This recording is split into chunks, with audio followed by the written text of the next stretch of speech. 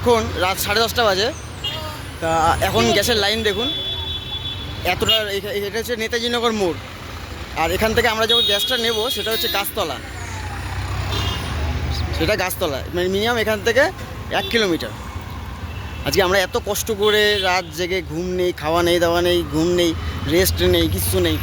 হ্যাঁ, আমরা এত কষ্ট করে গ্যাস ভরে গাড়ি চালাচ্ছি, সার্ভিস দেওয়ার চেষ্টা করছি প্যাসেঞ্জারদের, কিন্তু আজকে ইনলিগালভাবে যেভাবে র্যাপিডোগুলো চলছে, তো তাই জন্য আমাদের অনেক ক্ষতি হয়ে যাচ্ছে। শুধু আমাদের একা বলে না, বাসের ক্ষতি হচ্ছে, ট্যাক্সির ক্ষতি হচ্ছে, ক্যাব ট্যাক্সির ক্ষতি হচ্ছে।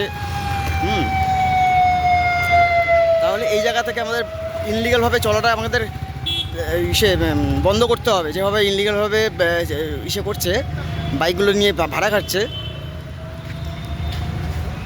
এটা প্রশাসন সবই কিছু দেখে, কিন্তু প্রশাসন দেখেও চুপচাপ থাকে বা কোনো কেস দেয় না। এটাকে করতে গেলে আমাদেরই করতে হবে।